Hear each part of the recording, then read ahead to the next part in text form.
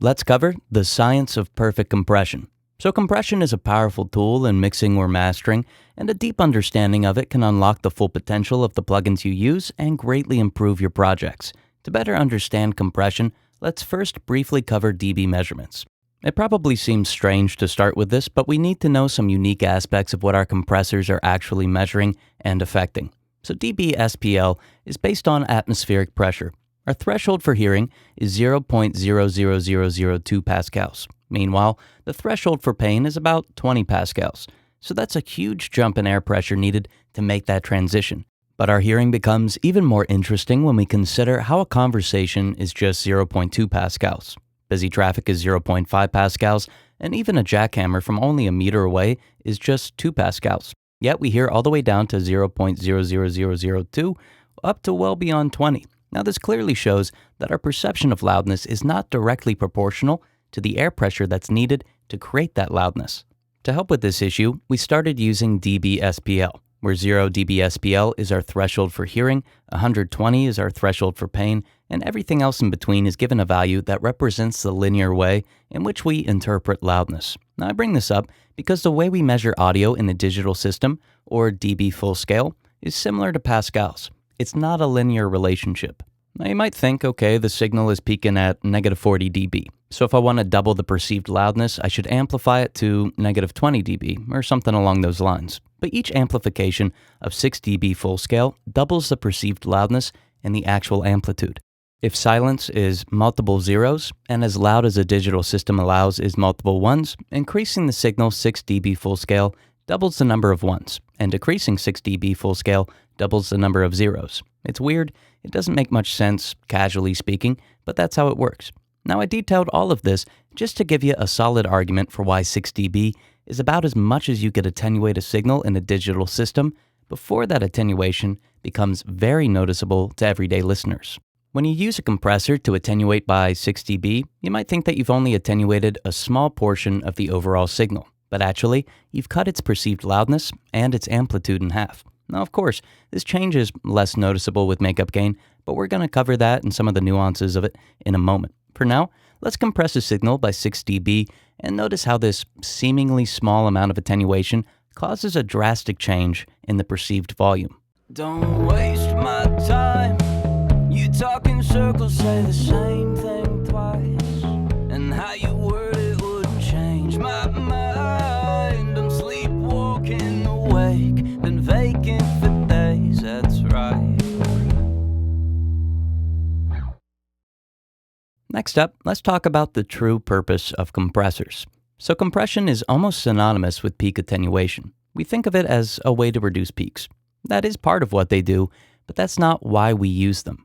When we attenuate peaks, we create more distance from the noise floor to 0 dB. With this additional space, we can amplify the remaining signal, in turn increasing all of the quieter parts of the signal. What was being masked or covered up by louder signals just a moment ago is now loud enough to hear. Depending on what's in this lower amplitude range, this post-compression makeup gain may make the signal sound super upfront. Or if the range is comprised of mainly reverb reflections, it might cause it to sound further away. Following that idea, if it's unwanted noise or hum that's in that region, then that's what we're going to get more of. Now this is why problems that are captured during recording can't always be fixed with mixing. The same goes for mastering. What's wrong with the recording will be emphasized when mixing, and what's wrong with the mix will be emphasized when mastering, at least if that problem can't be fixed with some creative method. So compression isn't about controlling the dynamic range, it's about controlling the dynamic range so that we can adjust what's there. Let's take a listen to this track that's being compressed and then amplified after compression, and notice how much more upfront the signal becomes. Don't waste my time. You talk in circles, say the same thing twice. And how you word it wouldn't change my mind. I'm sleepwalking awake, been vacant for days, that's right. Next, let's talk about multiband compressors and loudness. Now usually, I show you how one thing affects something else. For example, how compressing affects our perception of loudness. But in this instance, I want to quickly share in what ways frequency-specific compression does and does not change our perception of loudness. So if we look at a loudness meter, we'll notice how specific frequencies register as having a higher LUFS or perceived loudness. For example, negative 10 dB full scale of 30 Hz is not perceived as being as loud as negative 10 dB full scale of 3.5 kHz. Now that's because LUFS meters take into account how we perceive different frequencies as being louder or quieter than others, even when they have identical amplitudes. Now conversely, if I attenuate 30 Hz by 1 dB, the LUFS is reduced by about 1 unit. Similarly, if I attenuate 3.5 kHz by 1 dB, the LUFS is also reduced by about 1 unit. This indicates that attenuation, or the reduction of dB, has the same effect on loudness regardless of the frequency that's being attenuated. However, this doesn't apply to complex signals. So say I'm mastering a track and I attenuate 3.5 kHz by 6 dB. Yes, I've reduced the range by about half its amplitude, as we discussed earlier, but overall, I've attenuated the primary contributing factor to the track's perceived loudness. If I attenuate 30 Hz by 6 dB, again, I've reduced its perceived loudness by about half, but in the grand scheme of the overall track, I've made a much less significant change to the track's perceived loudness. Because 3.5 kHz contributes to the track's loudness much more than 30 Hz, compressing one frequency range does not have the same perceived effect as compressing another. To show this, let's use a multiband compressor. With it, I'll set up two bands, one centered on 3.5 kHz and one centered on frequencies below 60 Hz. Then, I'll alternate between enabling the two filters. Now notice how attenuation to 3.5 kHz has a significant impact on the track's perceived loudness, while attenuation to 60 Hz and below has a much less significant effect, even when the amount of attenuation is identical. Don't waste my time.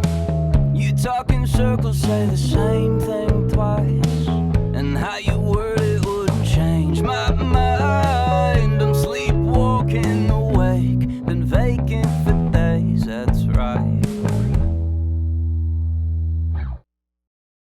Now real quick, if you want to get your mixes to sound like professional songs, check out our Sage Audio membership. Just for signing up, you receive 50 free mastered songs per year with your own dedicated mastering engineer, direct one-on-one mentorship that's tailored to your specific mixing needs, unlimited mixing feedback to help improve your mixes, access to Sage Audio University, in-depth mixing and mastering courses, and a lot more. But more on that at the end of the video.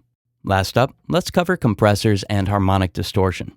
So harmonic distortion is more often associated with saturation. We think a compressor compresses and a saturator saturates. But when triggered, compressors introduce significant harmonic distortion, and the way in which they do so varies greatly between compressor types. Now for the sake of simplicity, let's use this Pro C2 and adjust the algorithms to showcase different compressors. Using Plugin Doctor, I'll input a negative 10 dB 100 Hz sine wave. Notice that the THD, or total harmonic distortion, is at the top right. Now this shows the level of added distortion compared to the original sine wave. When no compression occurs, this distortion is just about imperceivable. Now as soon as the threshold is lowered below negative 10 dB, even a minuscule amount, we instantly notice harmonic distortion. The level of harmonic distortion increases in correlation with the amount of compression before it eventually levels off. But it's not just the amount of attenuation that's affecting harmonics. If I adjust the knee shape from hard to soft, you'll notice the THD is reduced, even though more attenuation occurs. As I alter the compressor type, the THD also changes. Additionally, the quicker the attack and the release, the more aggressive the distortion. Now this is because the compressor is cutting into and releasing the waveform faster than one oscillation. Notice that when I increase the frequency of the incoming sine wave, the THD is lowered. Because the oscillation is quicker, less of the waveform is being cut into relative to the number of overall oscillations. With enough look ahead, I can remove harmonic distortion just about entirely. When enabled, the compressor receives the information ahead of time and adjusts the amplitude without cutting into the waveform. Now, although it's not exactly like it, a compressor is a form of wave shaping.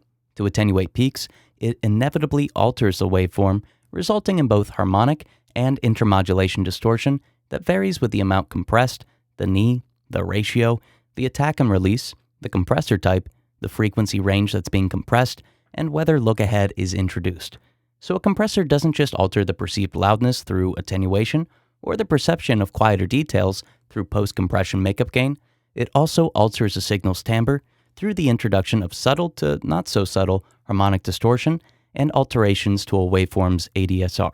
So let's listen to a track compressed with identical amounts of attenuation, first with a very clean compressor that introduces nearly no harmonic distortion, then a very colorful compressor that introduces significant harmonic distortion. Notice how much the timbre varies between these two examples.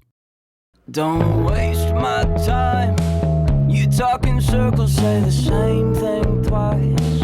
And how you word it wouldn't change my mind. I'm sleepwalking awake, been vacant for days, that's right.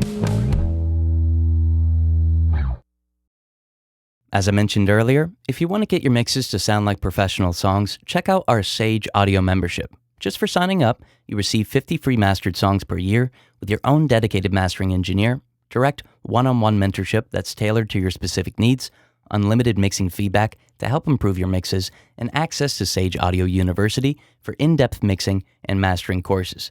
Your dedicated mastering engineer will learn your sound and craft masters specific to your preferences. And you also get unlimited revisions to ensure that every master sounds exactly how you want. The one-on-one mentorship gives you personalized mixing guidance tailored to your specific needs. Get all your questions answered with fast communication and receive unlimited advanced mixing feedback and suggestions for improvement. Coupled with the one-on-one mentorship, you also get access to Sage Audio University, where you'll find our in-depth mixing and mastering courses, walkthrough sessions for multiple genres, multi-track project files for hands-on practice, and a Sage Audio certification document for completing the courses. Additionally, you'll be able to enter our mixing and mastering competitions to win prizes while growing your skills alongside a tight-knit group of audio engineers. Inside the membership, you'll have access to the Sage Audio community, which is full of passionate producers and engineers ready to have meaningful discussions, network, and collaborate. The membership also includes over 70 gigabytes of downloadable content, including mixing and mastering chains, multi-tracks for mixing practice, recommended free plugins, recommended paid plugins, and plugin presets. Furthermore, you get direct access to our full catalog of 700 in-depth mixing and mastering videos specifically created to help you improve every aspect of your mixes. Every day, we hear great wins in the membership from producers and engineers noticing a massive improvement in their mixes after joining. Use the link in the description today to join the Sage Audio membership with a 70% discount and start creating mixes that sound like professional songs.